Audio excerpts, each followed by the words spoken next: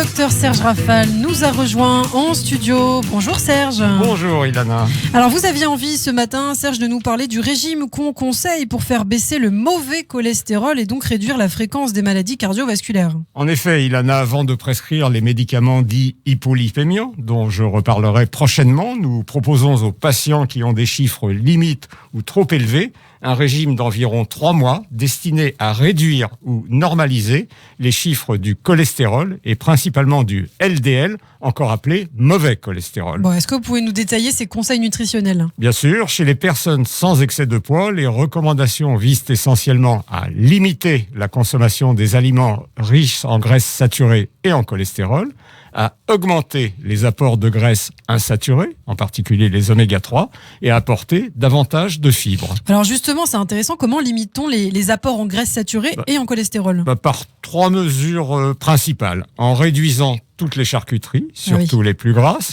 en évitant le beurre pour cuisiner. Une noisette sur une tartine reste par contre autorisée, en évitant le fromage à chaque repas. Et d'autres mesures peuvent être utiles pour limiter l'apport justement des mauvaises graisses ? Oui, bien sûr. Préférer le lait et les produits laitiers écrémés ou demi-écrémés.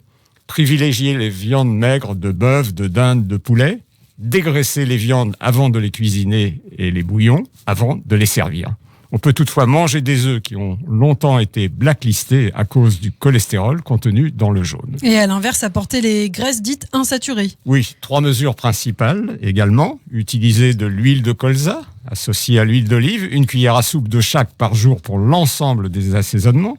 Manger des poissons gras, harengs, maquereaux, sardines, saumon, thon, 2 à 3 fois par semaine.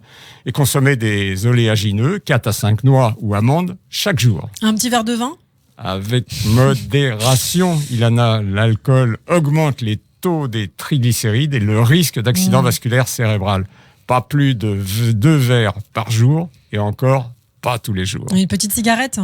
C'est de la provocation, vous le savez, tout le mal que je pense du tabac avec ses 75 000 morts par an. Bon, et chez les personnes en surpoids ?